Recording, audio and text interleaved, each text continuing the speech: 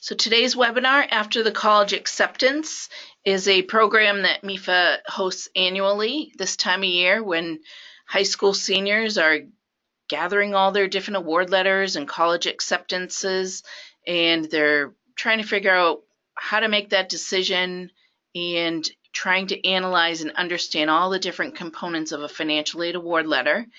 And last but not least, we'll talk about strategies to help pay that college bill as well.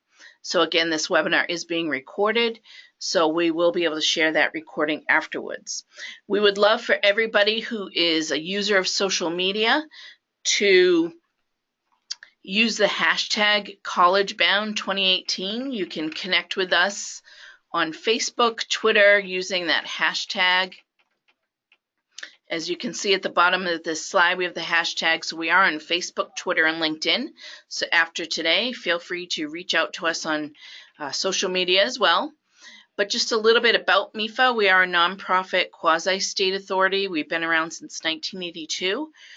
We started out creating a college loan program and have since gone on to create college savings plans, as well as a whole guidance curriculum for families to help them through the college process, whether it's a family who has a baby and you're looking to save, or all the way on to the folks we're talking to today who have students who are about to enter college and you're trying to come up with a strategy.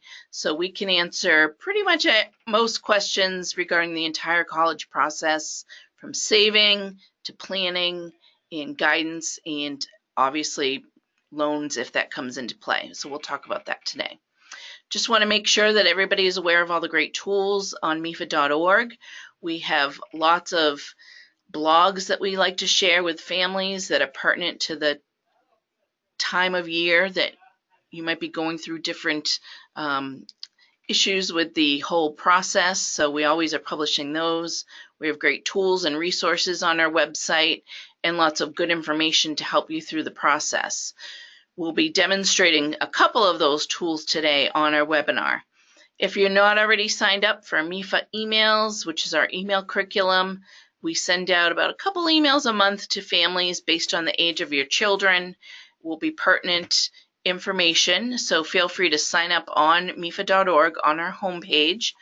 And you can see right here, this brown bar is the bar that will be on our homepage where you can enter in your email information. We are going to have live seminars for this program.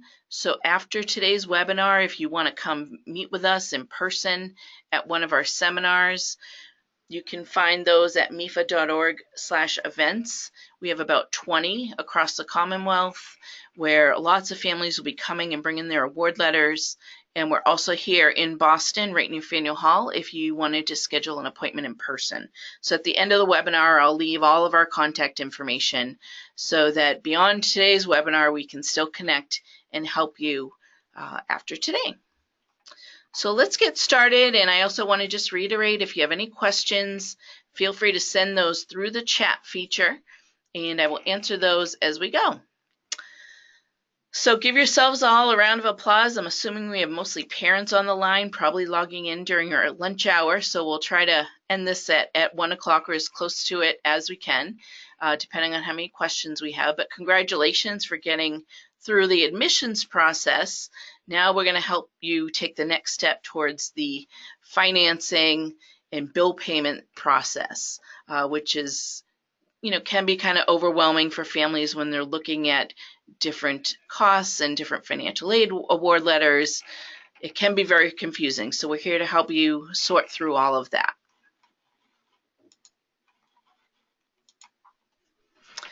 So today we're going to talk about financial aid award letters. If you have award letters with you, you can follow along with one of your award letters. That might help. And we'll go through the different components of what you may have on an award letter. If you haven't applied for financial aid, there's still options available and there's still time to apply. We'll talk about how to calculate that balance due after you received your award letters and next steps on paying the bill, creating that bill payment strategy, and developing an action plan beyond this year. So I'll touch upon the process and what to expect next over the next few months. So just a quick refresher on financial aid. and how it is given out. Some of you may have award letters that have components that are based on the student's merit, and you may also have awards that are based on your financial need. So based on the student's admissions application, different colleges may have given the student merit-based scholarships or grants for their academic achievements. Some students may have athletic scholarships or music scholarships. Those are more few and far between. Most merit-based aid is based on the student's overall admissions application and their academic performance.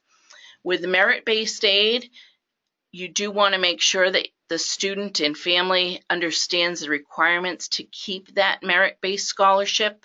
So for example, if you got an award and an acceptance letter that said, congratulations, we're going to give you $40,000, which equals $10,000 a year for the next 4 years, there will be certain criteria that the student will have to maintain to keep that scholarship. Typically, it's a GPA requirement. Maybe it's 2.8, 3.0, 3.5. It really depends on the merit-based scholarship that you receive. And different colleges have different levels of merit-based scholarships. So the higher the award, the higher the GPA requirement typically. Some merit-based awards, the student may need to stay in a certain major as well. So you want to make sure that you understand what those requirements are. That should be spelled out pretty clearly on the award letter that you've received.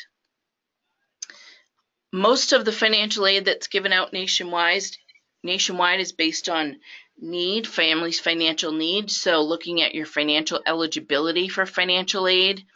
Most of you hopefully have filled out the FAFSA form, and many of you probably filled out a CSS profile form for colleges that have bigger endowments, and they're using that profile form to consider how much you might be eligible for an institutional aid from their college. So need-based aid is the biggest piece of the pie, but there's also a lot of merit-based aid out there as well. Now, with financial need-based aid, typically most colleges cannot afford to meet your full financial need. So you might be eligible for a certain amount, but they might not be able to give you all the financial aid that you're eligible for. Basically, what colleges will do is look at your eligibility and put together a package based on what you're eligible for from the federal government, the state government, and if their institution has any need-based aid available, that will be on your award letter as well. There are a few colleges nationwide, less than 100, who will commit to meeting your full financial need.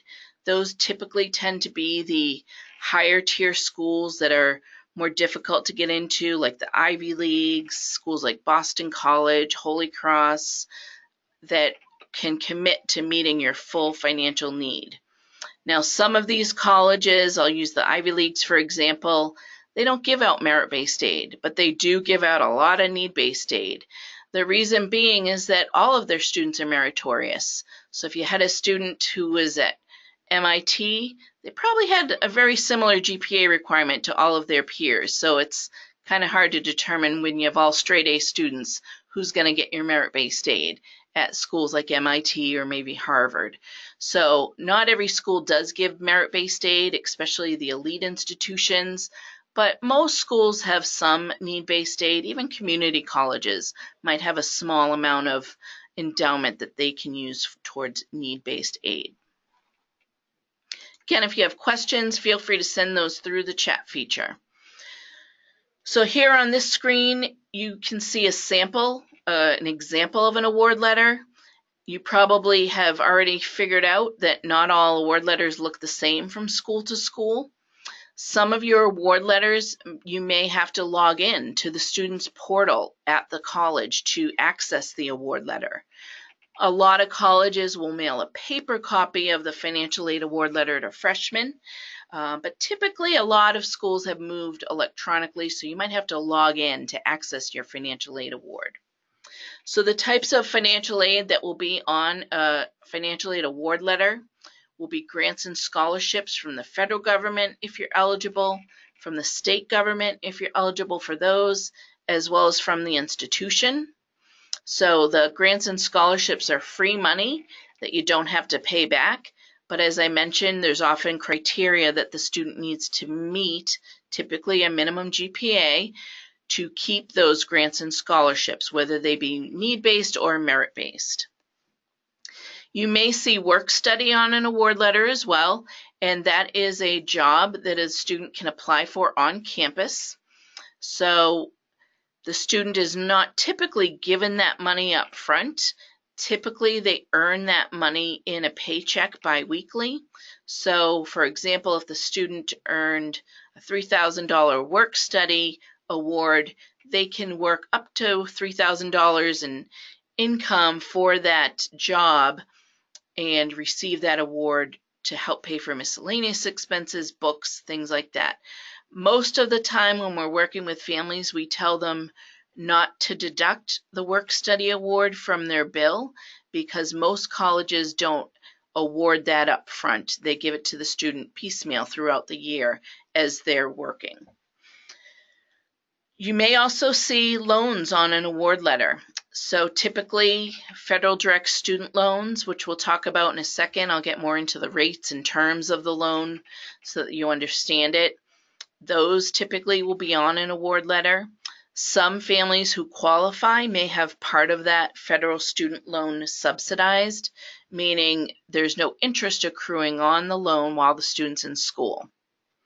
And the rest of that loan is typically going to be unsubsidized, which means that interest is accruing while the student's in school. I will tell you that some colleges also may put their own institutional loan, or they may even package on an award letter a federal plus loan, which is a loan for parents to take out. It is a credit-based loan that I'll talk about in more detail when we get into the payment options.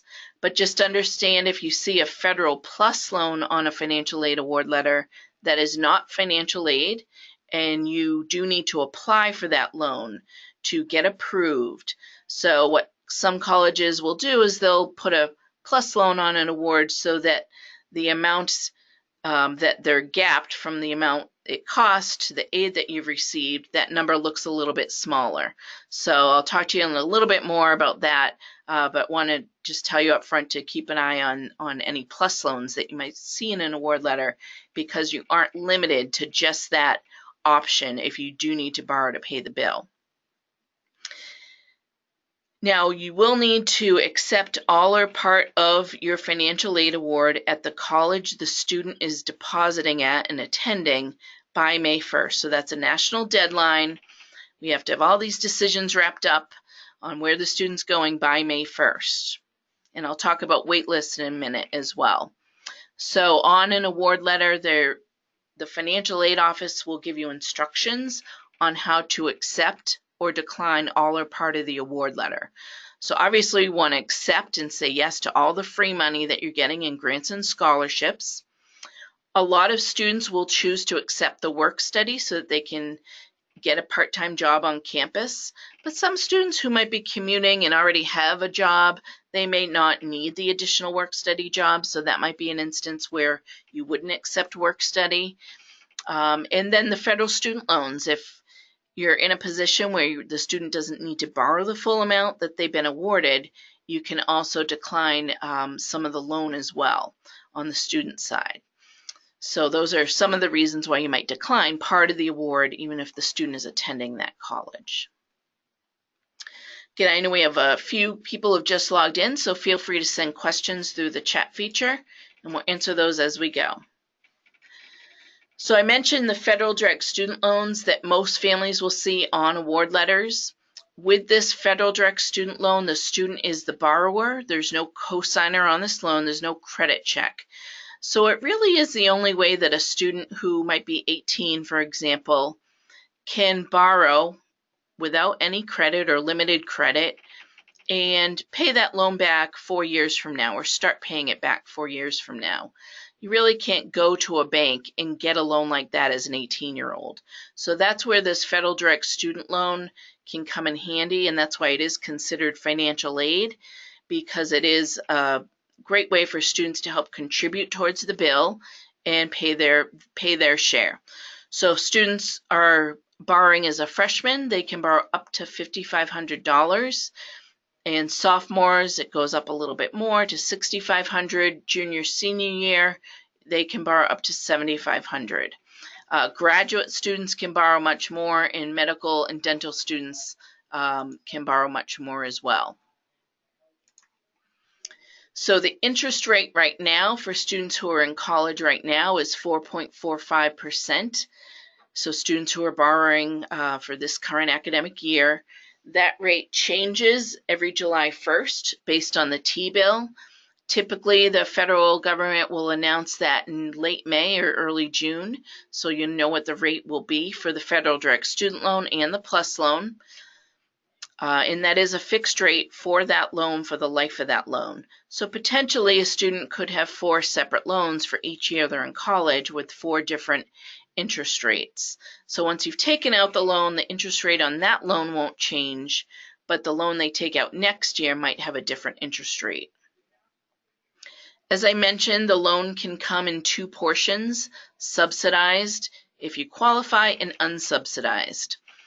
So using a freshman maximum award of $5,500, if your family qualifies for the subsidy based on your financial need, and when you filled out that FAFSA form, some of that loan, up to $3,500 of it, could be subsidized, which means interest is not accruing on that loan until after the student leaves school.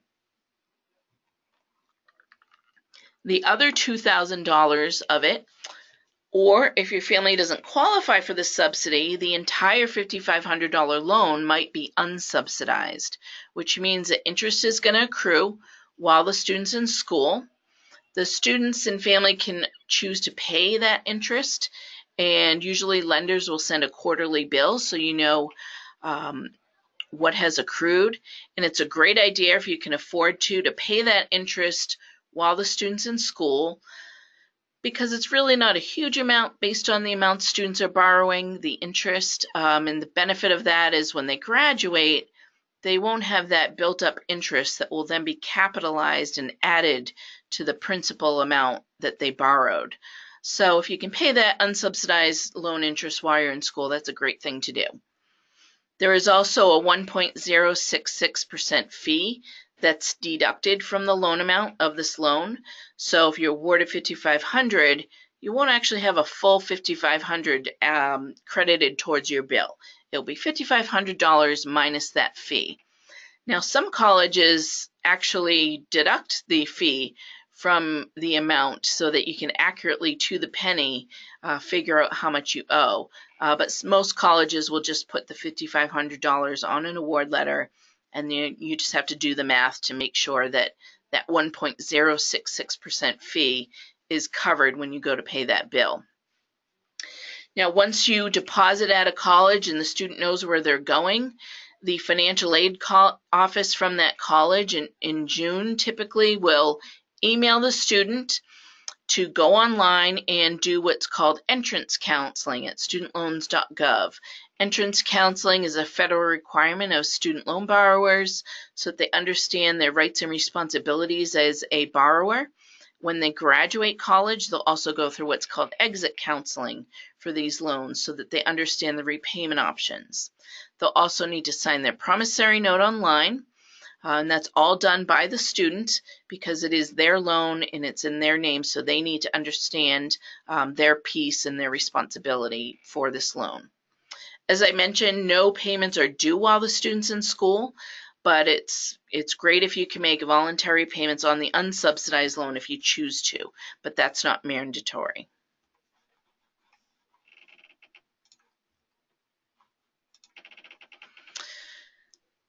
Many colleges may need to verify certain pieces of your financial aid application, and usually until that verification is done, your financial aid award is not finalized. So if the college has reached out to you or the student and they're requesting, let's say, W-2s or business statements, whatever it might be that they're requesting, it may be the college requesting it, or maybe the Department of Education is looking to verify something, and the college actually does that verification for the Department of Education. So you just want to make sure that you're complying with all the requests promptly. If you have any questions about what they're looking for, you definitely want to call the financial aid office to get clarity on that, and just respond as soon as possible so that you can quickly get that loan, get that award finalized. Because I have had families who have, the student has started school in September and they didn't do their verification in March, and so none of the financial aid they were awarded had been credited towards their bill, and students couldn't move in. So you don't want to be in that situation. You definitely want to get this all taken care of now, which is typically the time schools are looking for this information. If you haven't applied for financial aid, it's not too late to do so. You can fill out the FAFSA at any time of the year. So you would need to fill out that FAFSA in order to receive that student loan or even a Federal Plus loan.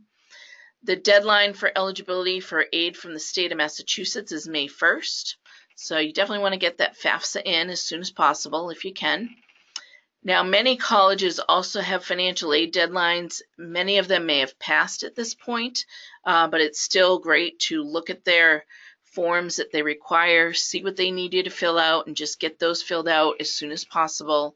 And you may be still eligible for some aid, even if the deadline is passed. It really depends on the college. Every college offers a payment plan, which I'll talk about in a minute, which is a interest-free budget plan that you can use, and that's not, the FAFSA is not required to use those. And you may also determine when you get your bill that you might need to borrow some loans. And so any private loans, such as ones through MEFA, for example, most of them do not require that you fill out the FAFSA.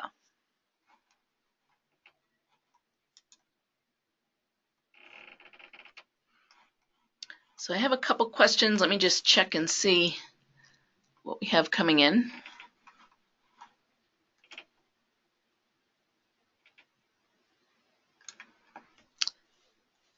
Okay, it looks like it answered some of the questions. So we should be all set with those questions for now. We'll go back to the questions, but if you have any questions as we're going, feel free to send those quick, short questions through the chat. And if it's a longer, more in-depth question that I'm getting, I do have one of those I might answer individually at the end of the webinar as well, if it's very specific to your situation.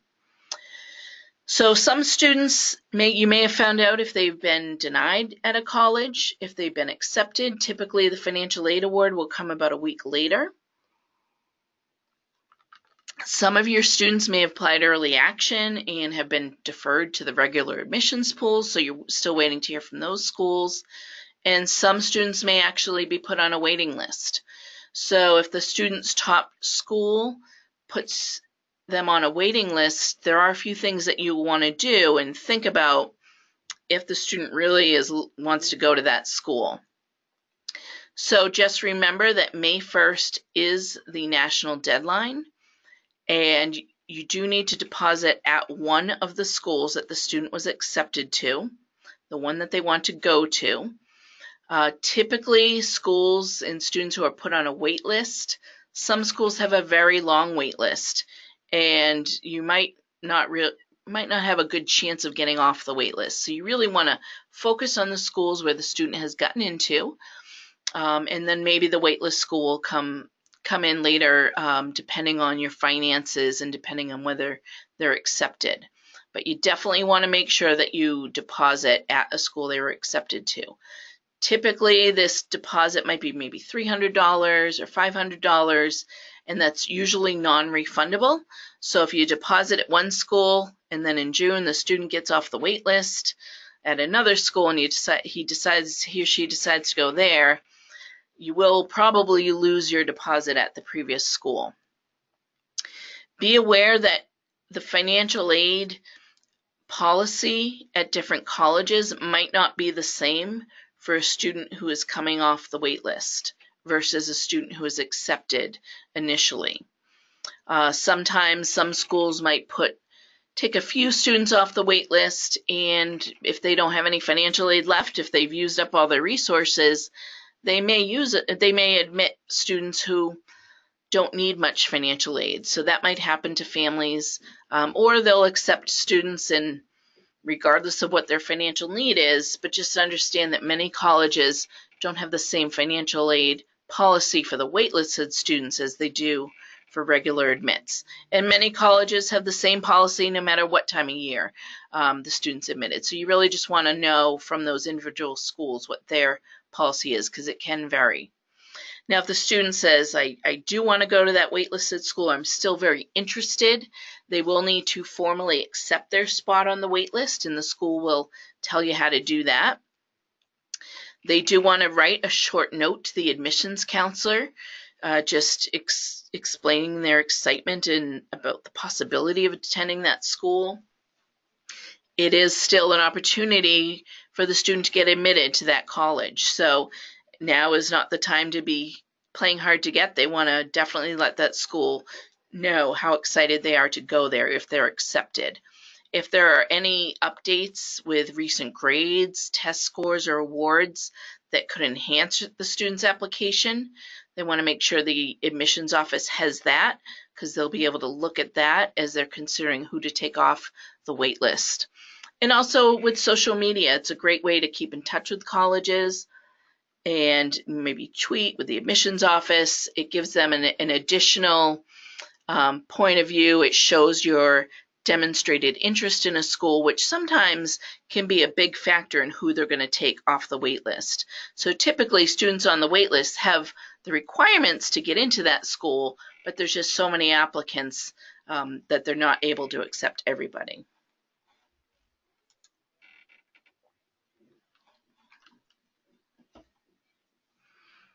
So I have a couple quick questions. I have one about the wait list that says, how would we know if our kid got in the waiting list? Would the college tell you? And the answer is yes. The college would let you know that they've been put on a wait list. So that will be your decision from the college, and they'll tell you about the process. So the college will tell you if they're on a waiting list.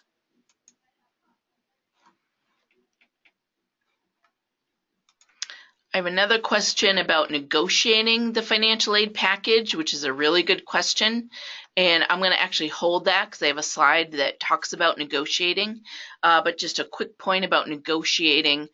Typically, colleges are giving you their best financial aid award that they're able to offer. So there's not typically a lot of negotiating that can take place. However, if you get an award and it's really, there's a big gap and it's going to be hard to come up with that amount and the student really wants to go to that school, it never hurts to call the financial aid office and talk to them about how they came up with the award. It's possible that there's something in your family situation that the financial aid office is not aware of. Maybe somebody has lost their job since you filled out that FAFSA form. Those are things that the financial aid office would want to know to see if they can help you redo the award based on your current circumstances. So I'll talk a little bit more about that in a minute, but I did just want to address that one question because it is a very common question. So here is MEFA's college cost calculator. I'm actually going to demonstrate it for you live. So I'm going to go right into the link here. It's right on MEFA.org under our Paying for College section. And I actually have used this with my own family, with nieces and nephews, and it's a really great tool. Some families have used this same concept and created a spreadsheet. So the reason why I really like this tool, it allows you to put in, I believe, up to 4 awards. And I like that you can put in the different amounts, and it basically takes away the actual brochures, all the fancy brochures and all the admissions letters, and it gets down to the actual just, black and white numbers, so we can compare side by side, school to school. And it's each line item you can compare side to side. So I'm going to put in just one college just to show you how the tool works. We'll pretend that maybe it's a private college here in the Northeast, so tuition is $35,000. Now, just a note about tuition and fees. At public colleges, you may see tuition is a lower number than the fees, and it's reverse for private colleges. So you really want to, when you're comparing costs, to add in the tuition and fees together to get a true comparison. So I'll put in a little bit for fees, and then let's say the student is living on campus. So we want to put in some room and board, their meal plan. And you can't, if we scroll down, you can see that the direct costs are adding up at the bottom, so you can see that. And then health insurance, I'm going to put in 0 for health insurance, because if the student is properly covered under your plan, then you can waive this cost, which can be up to $2,000. So if you don't waive the health insurance, if you don't need it, you're going to be charged for insurance that you don't need, and it's a pretty substantial amount. Here in Massachusetts, every college student, everybody has to be insured, so it's a requirement. If you are sending your student, let's say, out of state, you do want to make sure to check with your health insurance plan to make sure that they're covered for emergencies and things like that. Now I'm going to put in our free money, so you can see that on this calculator we've separated out the free money from the loans, because you do want to look at grants and scholarships as a separate line item, because it's money that you don't have to pay back. So this is the real good stuff that we love to see on an award letter. So we have the Pell Grant, which is a need-based grant from the federal government. You may have gotten a grant or scholarship from the state. Usually those are typically smaller in amounts. At private colleges, typically the bigger grants and scholarships are coming from the school itself. So let's say the student has a nice $20,000 scholarship. And then if you know of any other outside private scholarships that the student has already received, most students don't find out about that till towards the end of the academic year, right before graduation. But if you know about any of those, you can add those in here too. So again, you can see down below our grants and scholarships are being added up. And then we're going to put in our subsidized student loan and then our unsubsidized loan of $2,000. You can see it equals a total of $5,500. If you have any savings that you want to put in here to figure out your remaining cost, you can add that in as well. For this example, I'm just going to skip the savings piece. So our initial direct cost, which can be a little overwhelming for families, of $50,500, isn't looking as terrible once we put this through the calculator, and now we're left with about $22,250 for college A. Now you can add up to 4 schools, as I mentioned, and the great thing about this, I'm going to scroll down to the bottom here, is when you're lining up the different schools side by side, you can see how much does each school cost compared to one another. How much are they giving me in free money? How much are they expecting me to borrow? And what is the true bottom line?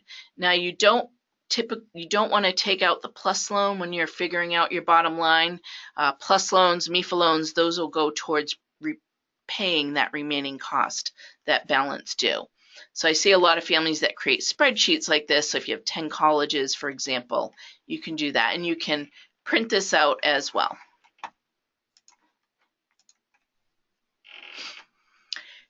So those are the direct costs that families typically see. Obviously, if a student is commuting, they're not going to have room and board costs. Those are typically hopefully paid for by mom and dad, food they can get out of the fridge, and hopefully maybe rent free. So sometimes students can save money by living at home and commuting. But don't forget about the unbilled expenses, which can add up. Typically colleges will put the average amount that students need for the year on a bill, but it's money that you'll have to come up with and pay out of pocket.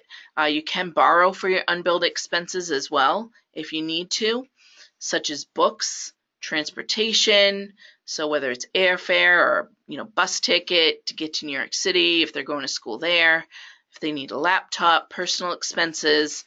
These are all incidentals that are built into that overall cost of attendance that the college is using to determine how much you're eligible for in financial aid. So they don't just look at the build costs.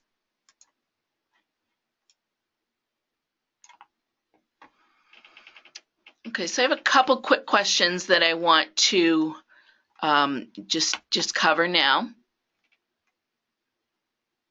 So one question about the waiting list is how would you know if it's a long list? Colleges typically aren't going to provide that information of how many students are on the list, or students don't necessarily, they're not necessarily listed as, the 10th person on the waiting list. It's just an overall list, and they look at the overall waiting list pool if they are able to accept any of those students. So that was one question.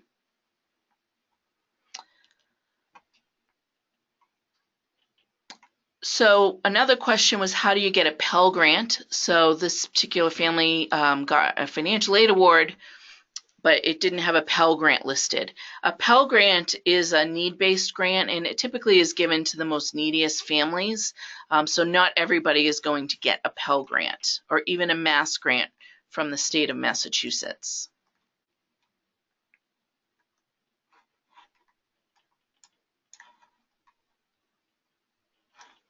Okay, and then I have another question here. A couple questions that I'm going to wait till the end. They're very individual, that I'll answer those individually.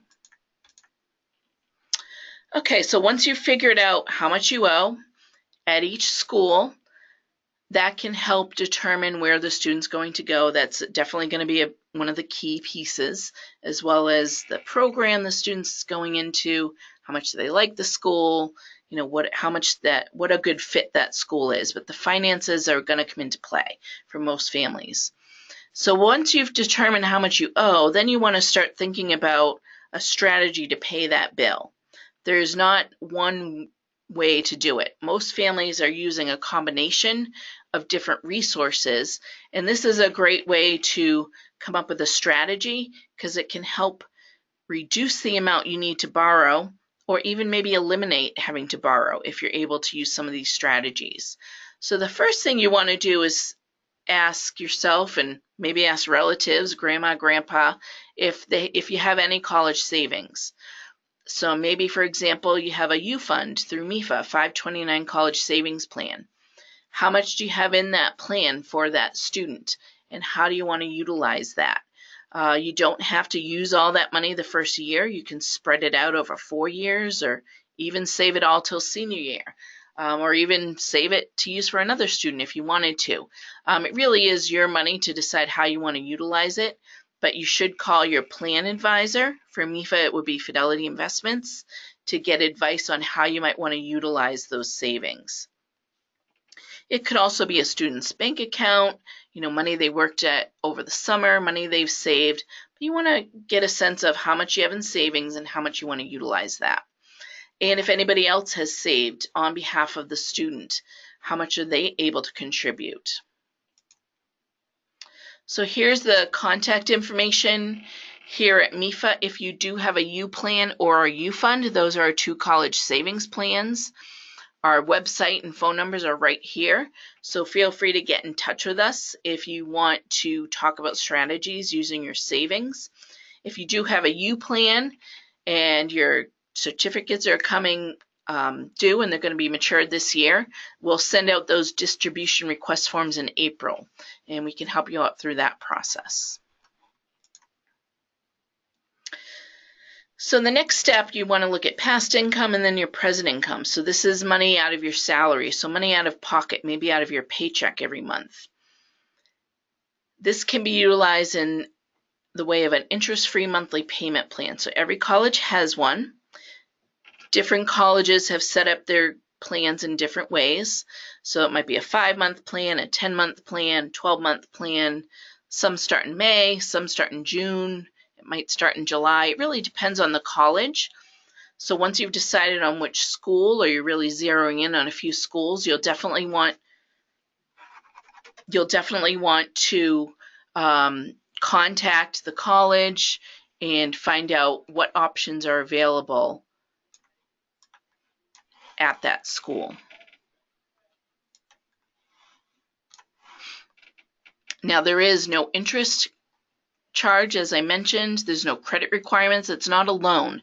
It's basically a way for you to spread some of your payments out, or the full amount that you owe if you wanted to do that, over time to try and minimize your borrowing. So the college, once a student deposits, they will definitely send you that information, but you can also find that on the college's website.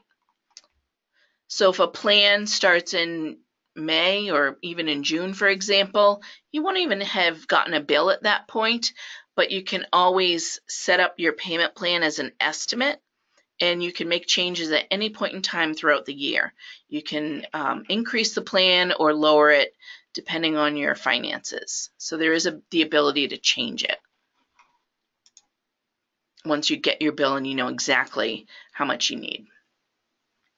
So once you fully utilize your past and present income, if your bill still is not completely met, then you might want to consider looking at some type of loan option, family loans. We'll talk here about private loans, maybe through MEFA, for example. But that's not the only option. Of course, a student does have their federal student loans, but as we saw, there's caps on what they can borrow. So sometimes you might need some type of loan option to help bridge that gap. So if you do need to borrow, a few things you want to think about is understanding that anything above and beyond that federal direct student loan is going to require credit history. So for example, through MEFA, we're looking at, you need to have good credit, and some lenders may have different criteria, income criteria, for example. But you do want to just only borrow what you need. Again, if you were to apply for a MEFA loan, for example, we don't open our application up till April 1st. Let's say you borrowed $20,000, you get your bill and you realize, oh, I really don't need $20,000 for the year. I only need $18,000. Even though it's only a $2,000 difference, call us before the loan's dispersed and we'll reduce it for you. You don't want to borrow money that you don't need. Now, the loan process is an annual process, so just like financial aid where you have to apply each year, you would also need to apply for loans each year if you do need to borrow. But you do want to plan for 4 years. So think about your 4-year plan. A lot of times families hit a wall, maybe junior year. They've been able to scrape by and make it work freshman, sophomore year, and then junior year they just can't. They're out of savings and they're just having trouble making the numbers work. So you do want to think ahead 4 years if you're borrowing. Not only what is my payment this year, can I afford that, but if I multiplied that by 4, assuming I need the same amount each year, can I afford that payment of 4 different loans? Definitely want to look at that. If you're expecting the student to help pay back that loan, then they really need to consider the major that they're going into and the career options that they'll have, what the employment rates are and starting salaries before they sign on the dotted line. Because you have to understand that students are already borrowing, potentially their federal student loans, so they do have debt that they're going to need to pay back there, which is about $300 a month if they borrow the full amount. So anything on top of that is can be a struggle for some students. If they limit their borrowing to the federal direct student loans, they should be okay with most jobs, but they do want to think about different options. Maybe they want to go to a less expensive college versus borrowing too much. Those are things you want to consider now before you finalize what school the student's going to and before you deposit. Different loans have different interest rates and repayment options. They might have fixed rates or variable rates. With a fixed rate, it's going to be a stable payment and a stable rate for the life of that loan. Variable rates in certain times in the economy might be nice and low, so you can take advantage of that, but inevitably they're going to go up, and the payments will change accordingly as well with the variable interest rates. So it really depends on your preference. But you do also want to understand that the primary borrower for these private loans are not the student. We're typically not looking at the student for the credit. It's typically a parent or a grandparent or someone who has credit that can apply with the student to get that loan approved. Now, if you were shopping around and you want to apply for different couple different loans. If you have multiple credit inquiries in a short period, let's say a month, that only counts as one inquiry on your credit report, just like if you were shopping for car loans. We will have a really in-depth loan options webinar that I'll be conducting in June and then another one in July. So feel free to sign up for our MEFA emails and we'll notify you about those. It's going to be on June 6th and July 10th at noon during lunch hour. And we'll go over all the different things that you want to think about when you're analyzing the different loan options that are out there. So here's another tool that MEFA has on our website if you are trying to figure out monthly payments, affordable monthly payments. It's our loan payment calculator. I really love this tool once we have a number to work with and we know how much the family has gotten in financial aid. So let's use an example. Let's say the family still owes $20,000 after they've applied their financial aid award and any savings that they might have. So we want to put in the amount they're financing, and it's a freshman, so we're going to choose 4 years before graduation and calculate. So you can see here that MEFA has 5 different repayment options that you can choose from. Once you've been approved, then you choose your payment option, and you can see different payment options have different rates. So the sooner you pay back the loan, for example, with an immediate repayment 10-year loan, that's going to have your lowest interest rate starting at 4.69%. And the payment is about $200, for example. So that's a number you can work with to decide, is that going to work for my family? Usually when a family says they have $20,000 that they have to come up with, for example, my first question is, well, how much can you afford per month? So if we had a $20,000 balance on a payment plan, it would be $2,000 a month over a 10-month payment plan. And a family wouldn't have to borrow at all. So that would be great if they didn't have to borrow. But $2,000 a month might be tough for a lot of families. So then you start looking at loans. Maybe this minimum loan payment of about $200 a month, you can pay more than that. If you can do $600 a month, for example, put $4,000 or $5,000 on a payment plan for $400 or $500 a month, and then you might need to borrow the rest. That way you're not borrowing that full amount you owe, and you're going to save yourself a ton of money in interest. So you can see on this loan payment calculator that total cost of the loan is what you'll pay over time if you take the full term to pay that loan back. There's no repayment penalties or prepayment penalties, but you do want to look at that end number, just like you do on a mortgage, of what you're paying overall, because those numbers can start to add up, especially if you're deferring your loans.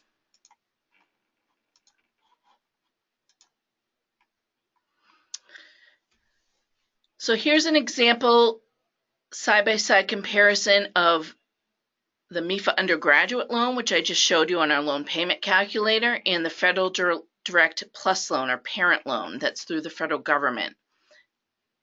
We often get questions of how the two compare, so I like to put this out there for you to see. You can compare our interest rates on MEFA.org. As I mentioned, they start at 4.69%. They are all fixed interest rates. The Federal Plus loan is also a fixed interest rate, but you can see that interest rate is much higher.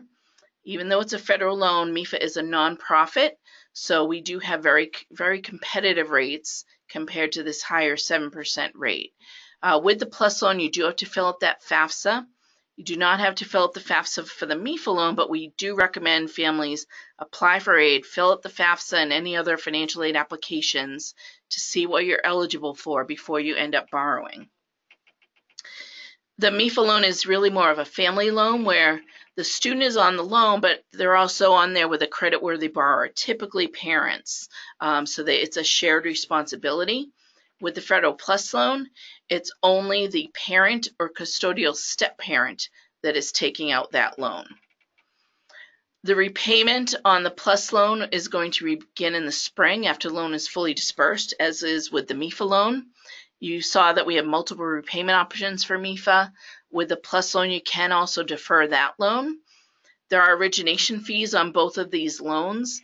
The MEFA fee is actually added onto the loan. So if you were to borrow $10,000, we're going to send $10,000 to the school and add in the fee to your repayment. Whereas the Federal Direct Plus loan, they're going to deduct the origination fee, which you can see is higher at 4.264%. And so if you borrow $20,000, you want to calculate what that fee is, so to make sure that the right amount is needed to credit that bill that you might have.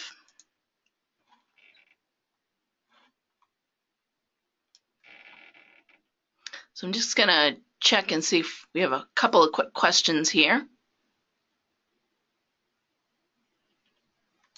So this is a really good question from one of our attendees that has 529 funds, but they don't totally cover the 4 years of cost. So most families are in that situation. Virtually all families, most families that we work with have not been able to save the full amount that they're going to need. But it's great if you're able to save anything at all. It's definitely going to help reduce that loan amounts that you're borrowing. So the question is, if I have a 529 but I still owe money, do you recommend we utilize the standard federal direct loans each year, or use up the savings and wait for the loan options at the end? And that's really a family preference. The federal direct student loans, if you don't take out the freshman year loan, you won't be able to get that $5,500 the following year. You'll be limited to only the sophomore year loan. So you can't, save up the federal direct student loans if they didn't use them freshman, sophomore year. So you do want to think about that. If you have a subsidized loan, for sure you'd want to look at that before any borrowing, because there's no interest on that loan. And also, if you are a family who might need to borrow, we always recommend that you borrow the federal direct student loans first, because they do have lower interest rates and more preferable repayment options. Even if you don't want the student to borrow, parents can always help them pay those back after they graduate. But definitely, take out those federal direct student loans first if you do need to borrow. So that's a good question. As far as savings go, you can decide whether you want to use your savings the first 2 years before you borrow any parent loans or MEFA loans. It's really up to you how you want to do that.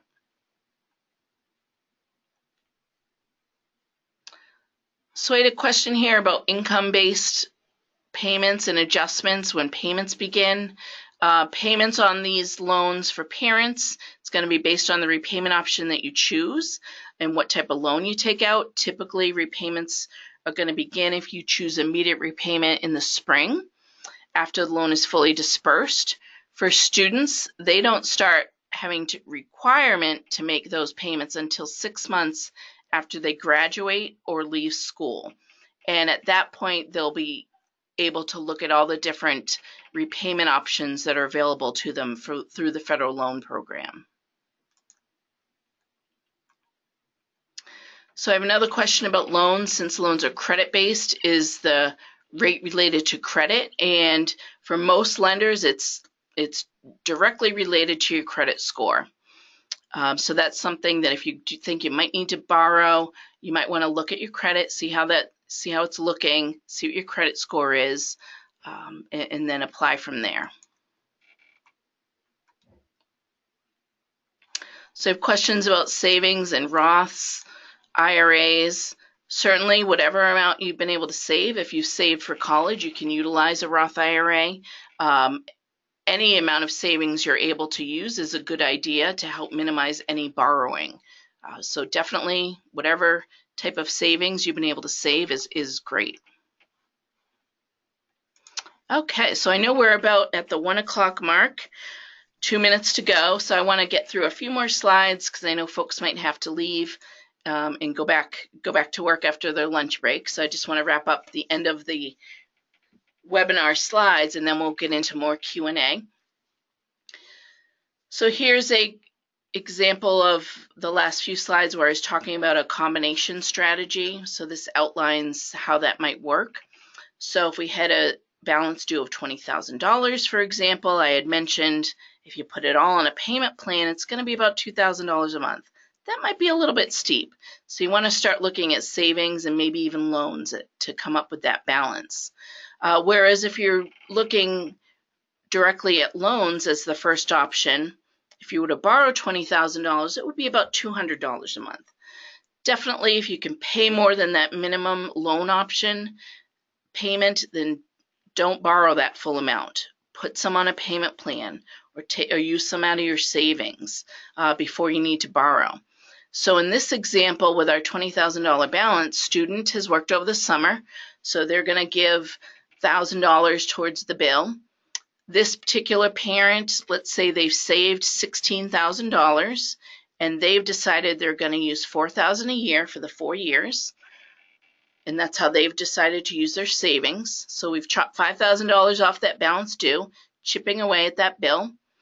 And this family can afford about $600 a month, as I mentioned earlier. So they're going to use $500 a month on a payment plan, a $5,000 payment plan. So just utilizing savings and the payment plan, we've chopped our bill in half. And then they have what's left over that they might need to borrow in a loan for $10,000 at about $100 a month. So timing, when will you get your bill? How is this all going to work? The fall semester bill will be sent to you in June or at the latest in July, and that will be after you deposited and the student has committed to a school. The bills are usually due 3 weeks later, in late July or August. If you do need to borrow, you do want to give yourself a little bit of a cushion before the bill is due, before you apply for your private loans or parent loans, because you don't, if the loan is not approved or if there's any hitches in the process, you want to give yourself a little bit of time. But typically when it comes time to borrow, for example, through MEFA, if you were to apply, it's an instant credit decision, you know right away. So it's a very quick process. Everything is done electronically, such as the promissory note. So it really shouldn't take that long, but you do want to give yourself a cushion just in case you run into any road bumps. And you want to set up your payment plans as soon as possible based on the college's schedule.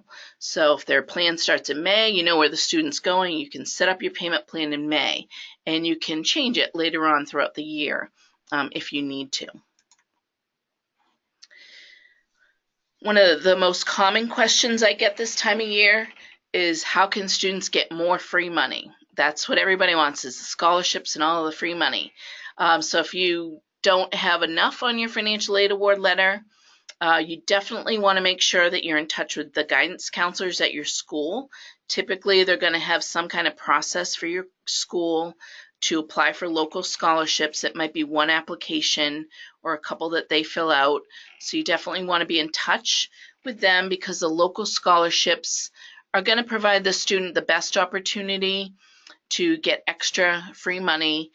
There's less students applying for the local scholarships. There's less competition because it's a smaller pool of applicants. So you want to start there. And then you can also search online for national scholarships through MEFA Pathway, which is our college and career web planning tool, fastweb.com, goodcall.com, and studentscholarshipsearch.com are a few good scholarship searches. Now, it's great if the student is willing to put in the work with these scholarship searches, but just keep in mind that typically they're a national scholarship, so there's going to be more competition for those, so they want to keep that in mind. And never pay anybody to apply for scholarships. You shouldn't have to pay to apply for a scholarship. And we have all kinds of Facebook, Twitter alerts going on of different scholarships that we come across. So you definitely want to be connected with us on social media and our email curriculum to access information that we're able to share when we hear about different scholarships. The other thing I wanted to mention about scholarships is that at this point in the year, students are pretty much burnt out from the whole admissions process. They don't want to write another essay or answer another short question. But the scholarships that require essays or short questions are the best ones that they definitely want to try and apply for those, because less students are going to want to go through that work to fill out short answer questions or create another essay. Many times the questions are very similar to admissions questions, where you can maybe tweak the essay they use for their admissions applications for the scholarship searches. So that's something to think about. But whatever the student is able to do is worth the work. But definitely start locally, because that's where you're going to have less competition for the scholarships and have more access. As you're going through the process, you want to definitely connect with the financial aid office at the schools your son or daughter is considering and has been accepted to. They'll be able to tell you about the financial aid award you received. They'll be able to answer any questions about it and help you break down the criteria, whether it's merit-based criteria or need-based criteria. If the student is able to get some of those great outside scholarships, that is financial aid. So keep in mind, you do need to report every outside scholarship that the student receives to the financial aid office of the school they're attending, so that they can add that into the financial aid award. Now, different colleges may treat these private scholarships in different ways. Most colleges, if the student is fully funded and they get some scholarships that come in, the student can't receive more financial aid than the total cost of attendance. So the college will need to take something out of a financial aid award sometimes to make room for this private scholarship. So typically a school might reduce the student's loan so they're not borrowing as much, so they can get that free money instead. It really depends on the school. Sometimes they might, trade out the private scholarship for their own scholarship or reduce it. Really depends on the school. So you want to find that out if you have private scholarships. So special considerations are something you want to talk to the financial aid office about as well. If you want to appeal your financial aid award, you're welcome to do that. Colleges will work with you. If you have some sort of change in your family's financial circumstances, maybe grandma or grandpa has moved in and you have a new dependent in the household. Maybe, God forbid, there was some kind of flooding like we're having today here in Massachusetts. We have a big storm that caused a big financial hardship on your family that you had to deal with.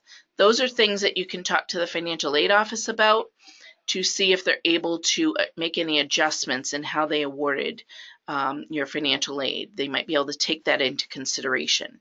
Now, that is not a negotiation. It's really just an appeal, talking about special considerations. We often don't recommend that families try to negotiate a financial aid award letter. However, if a student is down to 2 different colleges that they're looking at, that they have been accepted to, maybe one gave more money than the other, but they cost about the same, it's certainly okay to ask the college that gave less money how they came up with the award. That's not negotiating, it's just asking questions. Sometimes the college that the student really wants to go to, even if you don't have a special circumstance, they might throw in another $1,000 or so just to, make you feel good about the award. But it's not necessarily going to happen because most colleges have given their best award up front. But it's certainly a good time to start talking to the financial aid office. If you're attending any open house programs this month in April, typically they might have a financial aid session, or you can make appointments one-on-one with financial aid counselors. I highly recommend that if you're traveling to another state where it might be difficult to get an in-person appointment, that you try and go to one of those in-person sessions. Let's say you're looking at schools in Pennsylvania. It might be hard to get an in-person appointment with the financial aid office in Pennsylvania, but you can certainly do phone appointments or see them when you're on campus for the open house program. And after the student is accepted, you decide where they're going, they'll have orientation programs over the summer as well. And those often have great sessions and programs for families to talk about different financing options and financial aid options. So you'll want to look at the college's website. Usually every question you have is going to be on their website. They try to put as much information out there as possible, but don't be afraid to call your financial aid office and work with them to try and come up with a financing solution. they've accepted the student, they really want the student to attend, their budget might prevent them from giving you as much financial aid as you need, but they do want to try and, see if there's any way they can work with you. So definitely reach out if you're running into trouble with that balance and trying to figure out how you're going to make the numbers work. So what happens next? You want to make sure that you apply and make sure you deposit by May 1st. Most colleges do require some sort of deposit. If you're planning to go to an open house or an orientation program, make sure you get your plane tickets and your hotels in order and see if you can make appointments maybe with financial aid. Now's a good time before you've actually deposited to come up with a solution to pay the balance due and sit down together as a family and talk about how you're going to make the numbers work so that the student is part of that conversation as well and they understand if they have any borrowing that they need to do, how much that's going to be and what their monthly payments will be. Utilize MEFA. We're here for you throughout the process. Beyond just today's webinar, you have our website here. I showed you all these great calculators, and we'll have webinars as well. And our phone number is here. You can call us anytime. We're here Monday through Friday, 9 to 5. In the summer, we're here 8 to 6. And you can also email us at info@mefa.org. Also, don't forget, connect with us on social media. If you were to tweet or Facebook anything with the hashtag CollegeBound2018, we'll be keeping an eye on that hashtag. So feel free to tweet us, go on our Facebook page, like our page, and connect with us there as well. That's also a place where we can answer your questions. So here again is our phone number and website and email if you need to get in touch with us. As I mentioned, we are right next to Faneuil Hall at 60 State Street. So if you work in Boston or you want to come into the city, we're more than welcome to meet with you one-on-one in person. If you need that as well, you can bring your financial aid award letters and we can help you out in person as well. So with that, I'm going to end the slide presentation of the webinar because I know some folks might need to get back to work. And I'm going to start answering any questions that folks have. So I'm going to go through my Q&A. So if you have any questions, feel free to type those through the chat feature. And I'll give you a moment just to do that. And we will start answering some questions.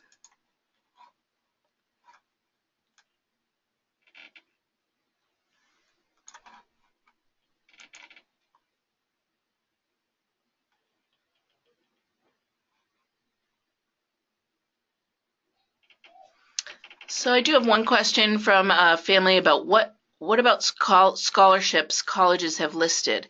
Can a freshman apply for those scholarships and when? Typically, if a college has scholarships, they will have been awarded those scholarships through the admissions process. Sometimes, however, with different programs, they might have additional scholarships that the student can apply for, and those will be on the school's website, and you'd have to look at what those deadlines are and when to apply. But typically, for scholarships through the college, all the student has to do is apply to the college to be considered for the college's institutional scholarships.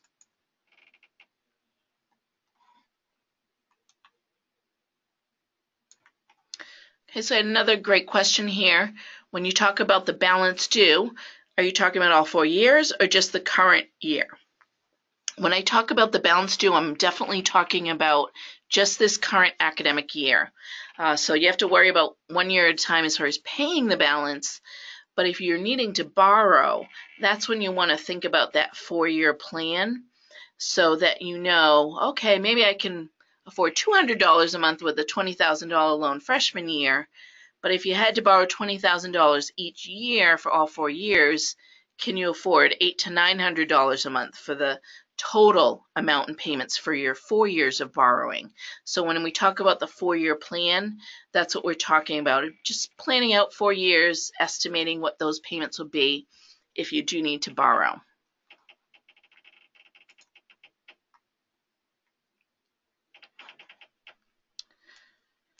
Okay, so I'm just going to leave it open for another minute or two. If anybody has any questions, they can send those through the chat feature.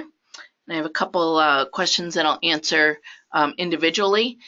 But for those who are going to leave the webinar, we'll send you a recording of the webinar to everybody who registered, and you'll get that email from me directly, so keep an eye out for that.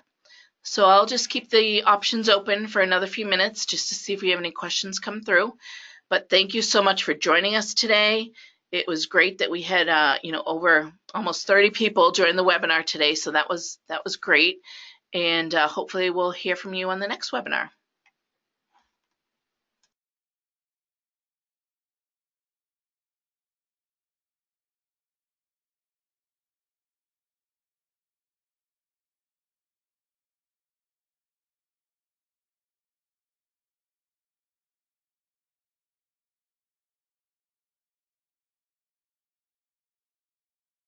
Okay, so I had another great question about private loans. Is there a limit on how much you can apply for in a private loan?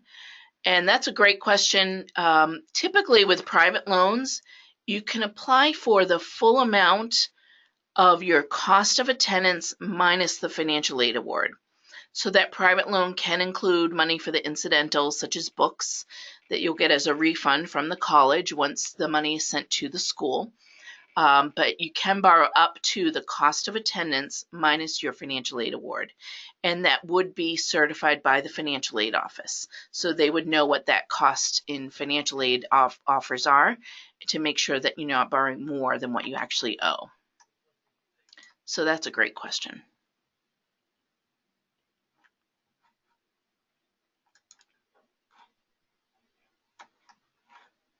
Okay, I don't see any other questions coming through, so I'm going to end the webinar here.